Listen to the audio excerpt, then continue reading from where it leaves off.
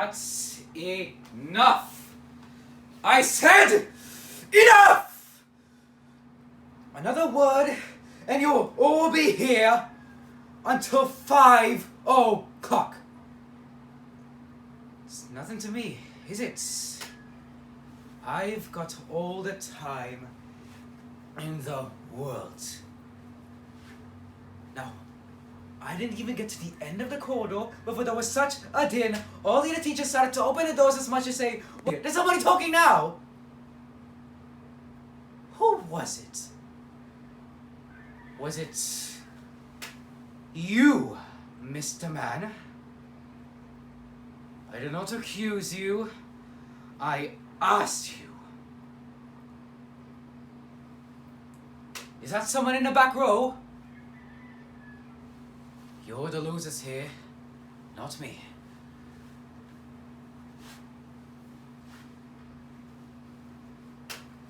What was that? Right. Hands on heads. That includes you! Put the comb away! Eyes front and sit up. All of you, sit up!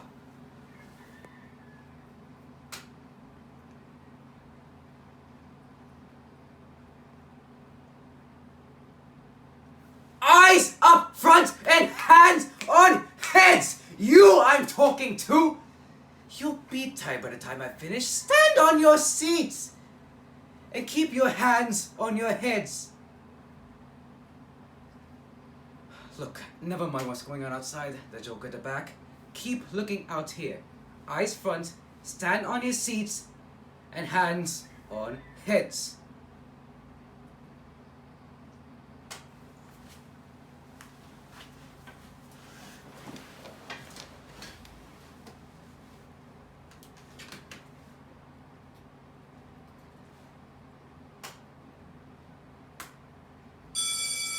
Who said move? Nobody said move. Hands on heads.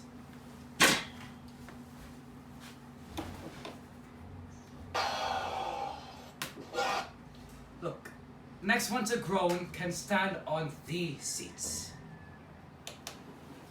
We're gonna have to wait for 1 minute's perfect silence before you all can go. If we have to wait till midnight,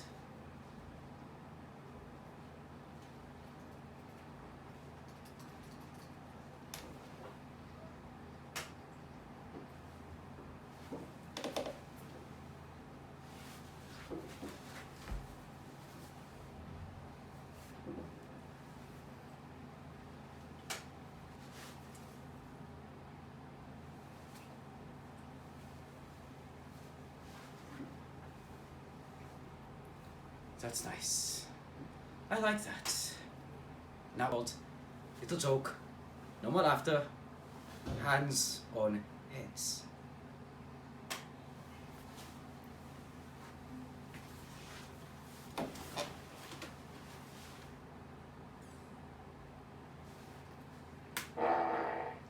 What was that? Look. Whoever that was can open the window outside before we all get cast. Wait a minute. 3 of you? What are you, a group? No, one go. One nearest the window go. All the others, eyes front and hands on heads. Right. That little characteristic performance from our friend nearest the window means we shall return to go. Shall I make that 2 minutes?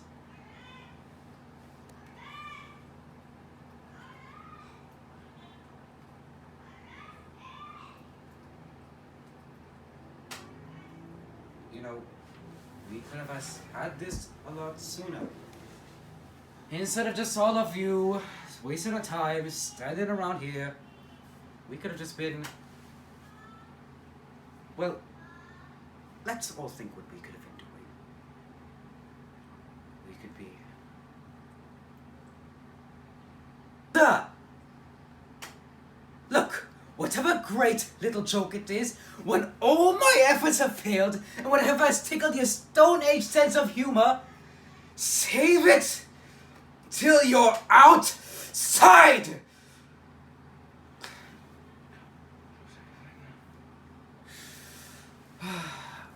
Look, I'm going to go get my coat from the staff room now, and you will all be as quiet as mice, no, fish, when I get back.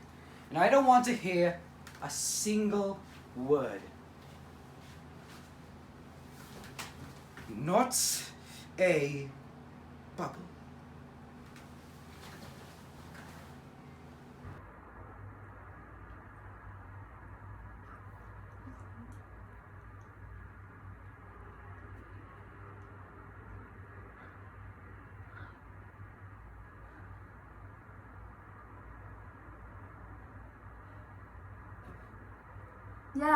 Yeah.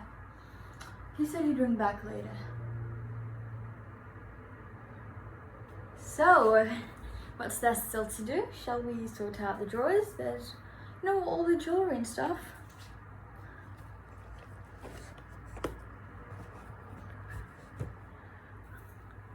He's so funny sometimes. He's so apologetic. It was almost like he was crying on the phone. You should have seen him. It's just a real drag that he can't come, He's so lovely, and he really, really wanted to come. It's hopeless. Running a restaurant and everything. You never really get any time off, do you?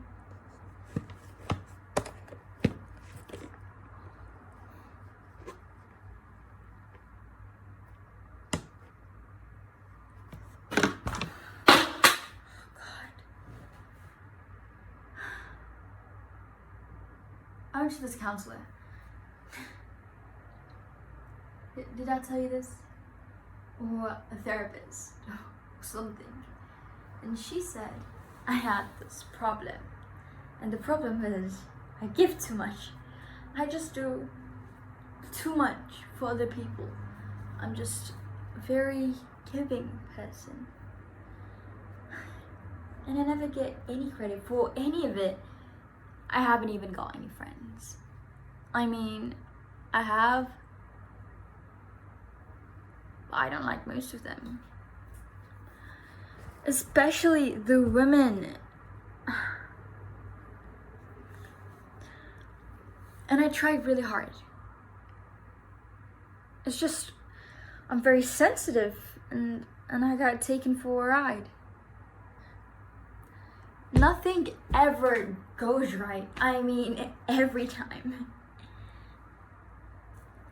Every time. It's the same. Like with men, okay? What is it with men? I don't have a problem with men or anything. I love men. It's just, he didn't even call to apologize. And how can he say on the phone that he doesn't want to see me anymore? Why now?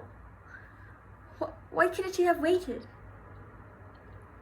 I don't know what to do. I don't want to be on my own.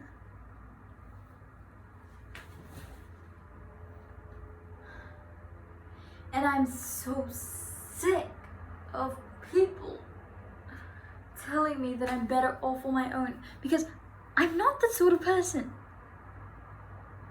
And I was patient and all the things you're supposed to be.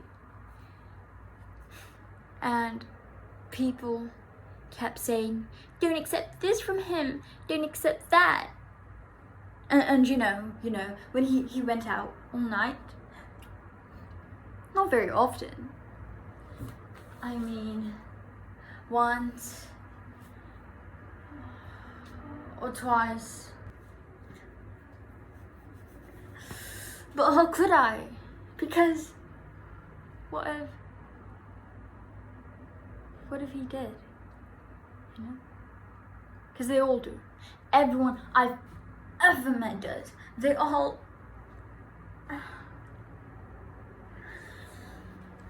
they all disappear. And I don't know if it's me or what. I don't want to be on my own. I'm not the sort of person. I can't help it.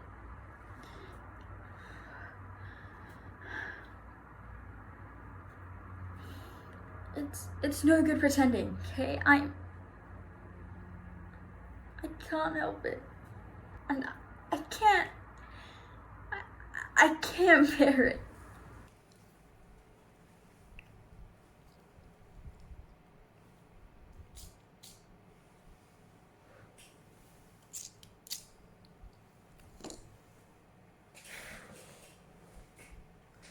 Listen, listen, listen, listen. Listen. We all have these thoughts. It's perfectly natural. I mean, even I have them. Yes, me. I mean, some days I get home from work, long night in the hospital, visiting ward rounds. Nothing untoward, nothing terrible. A few crosswords with colleagues, some silly argument.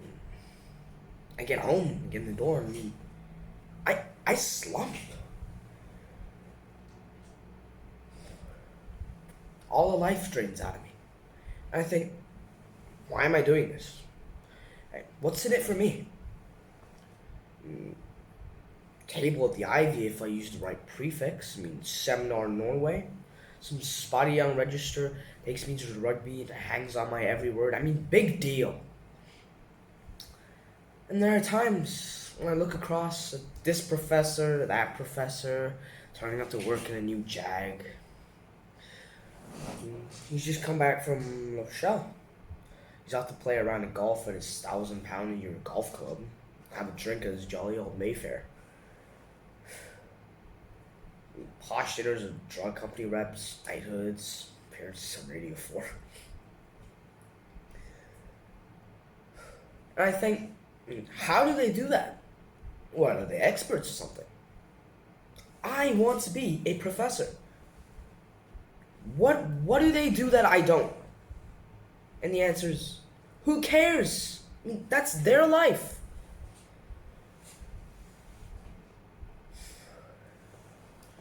Nevertheless, I feel small. I think my life adds up to nothing. I have to keep reminding myself, I mean, why not? Why not think these things? It's not greedy, it's not covetous. It's human.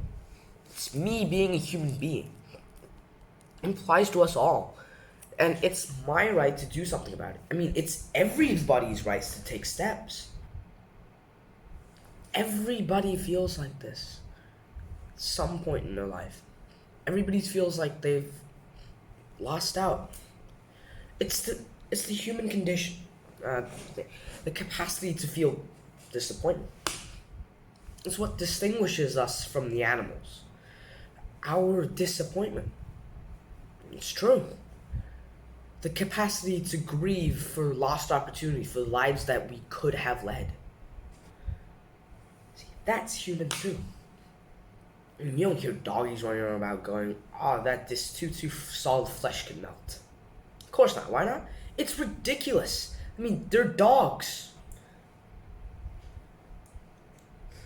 See what I'm talking about? A talent for simplicity. See? Learn to cultivate a talent for simplicity.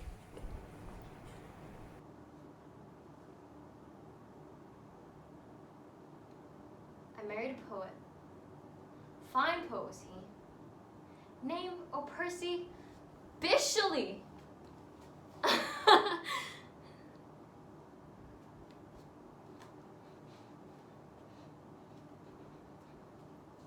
in the trees. Shillin'! Shillin'! Want me for a shillin'? Men in the trees. Midnight London. Hyde Park. Banks of the Serpentine. I'm most refined. Most refined. I recite tastefully verse he did write for me. Whose eyes have I gazed fondly on, and loved mankind the more. Harriet! On thine! Thou wert my pure mind. Thou wert the inspiration of my song. here.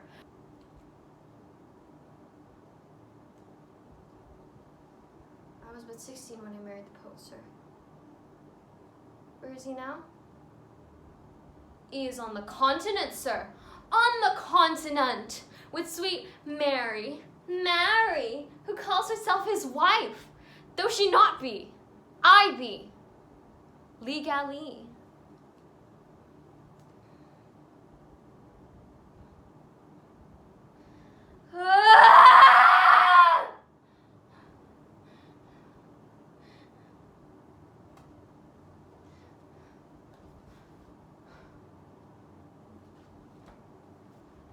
Now I live with a soldier named O'Smith, but he has gone to India, and I call me Harriet Smith. Cruelly.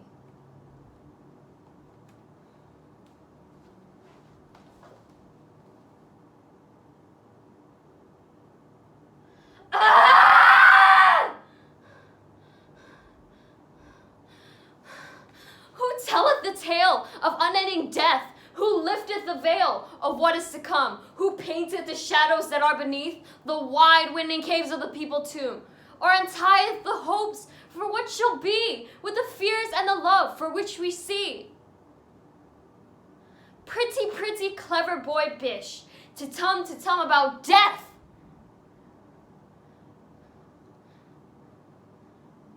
All that we know, or feel or see, shall pass like an unreal mystery.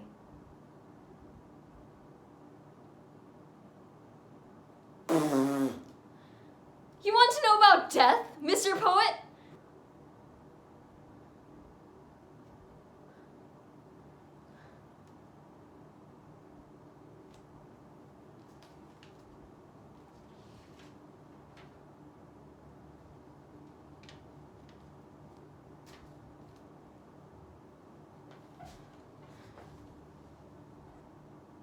My dear Bish, let me conjure you up by the remembrance of our days of happiness. I could never refuse you, and if you had never left me,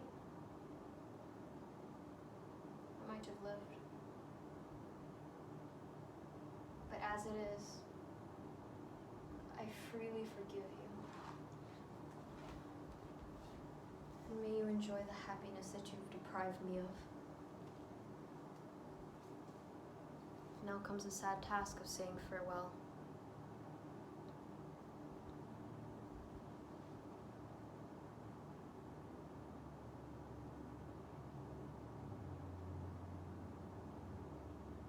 Now go for a swim. Go for a swim like a little girl by the seashore. Wash off the men. Swim I. Oh. Charming. It wasn't my idea, coming back here in the first place. But once Freddie said I was a lame dog, we might as well talk to the moon. I keep looking at that door and thinking, she's going to come through at any moment with that poor weirdie. I know it's awful, but it's one of my, things. We're none of us perfect. I can't stand anything NPA, non-physically attractive. Old women in bathing suits and skin diseases and rotten house men who spit and have hair growing out of their ears. No good. I just can't look at them. I know Freddie's right about Hitler, and of course, that's horrid.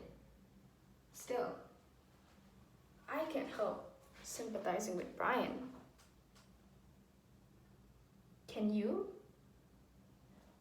I don't mean the way he described. I think it should be done by the state, and so should charity. Then we might have an end of all those hideous dogs and shop doorways with irons on their legs. Freddie won't hear of it, of course. But then he loves a lame dog. He used to try taking me along, but I said it wasn't me at all. And he gave up. One place we went, there were these poor freaks with, enormous heads and so on. And you just feel, put them out of their misery. Well, they wouldn't have survived in nature. It's only modern medicine, so modern medicine should be allowed to do away with them. A committee of doctors and do-gooders, naturally, to make sure there's no funny business. When Freddie gets all mealy-mouthed about it, I say, look, darling, if one of our kids was dying and they had a cure, and you knew it had been discovered in the Nazi laboratories, would you refuse to let them use it? I certainly wouldn't. I love my own immediate family, and that's a lot. Can't manage anymore. I want to go home and see them again. They may not be the most hardworking, well-behaved geniuses on earth, but no one in their right mind could say they were NPA. Freddie, I'm going. You can get a taxi and... Come with me if you will. Upstairs. If you listen very carefully, you can just hear the distant sound of the greater spotted Grizzly Gary, my unbelievably talkative brother. Grizzly Gary is doing a building course at the technical college, training to be a bucket. Oh, here we go. I just have a quiet word with him. Cover your ears. Hello, Grizzly. It's your loving sister Lucy. Just to tell you, I've been picked for the school swimming team today. So you'd like to know. Bye, Grizzly. I enjoyed our chat. This is my room. No one is allowed in here except me. I'm a very tidy sort of person, which is a bit extraordinary in this house. I thought I must be a freak. I actually like to know where I've put my things. This is my bed and that's my desk. And up there on the shelves, those are my special favorite books. Actually, one of the reasons I like to keep things tidy is because my very, very best friend, Zara, also likes things tidy. Oh yes, I ought to explain to you about Zara. You may have heard my mom talking about my invisible friend Zara. Do you remember? Well, that's my invisible friend Zara. This is Zara. I wanted to meet Zara. Zara, say hello. That's it. Will you say hello to my invisible friend Zara? I invented Zara, years ago, when I was 7 or 8, just for fun. I thought I was you at the time and wasn't allowed to play with any of my real friends. So I made up Zara. She's my special friend that no one can see except me. Well, I can't really see her either. Not really. Although sometimes it's as if I could see her. Sometimes. If I concentrate very hard, it's like I could just glance her out of the corner of my eye. Still, anyway, I've kept Zara for years and years, until they all started saying that I was much too old for that sort of thing, and got worried and started talking about sending for a doctor. So then I didn't take her run with me quite so much after that. But she's still here. And when I feel really sad and depressed, like I do today, then I sit and talk to Zara. Zara always understands. Zara always listens. She's special. Aren't you, Zara? Oh, Zara, did I tell you I've been picked for the school swimming team today? Isn't that exciting? Yes. Thank you. I'm glad you're excited too. Good. If anyone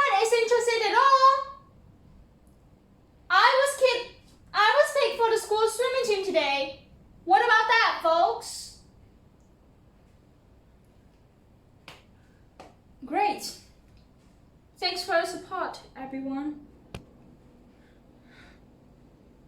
They might have a list. They could have a list. Oh, Zara, I know you're always here, but sometimes I feel so lonely.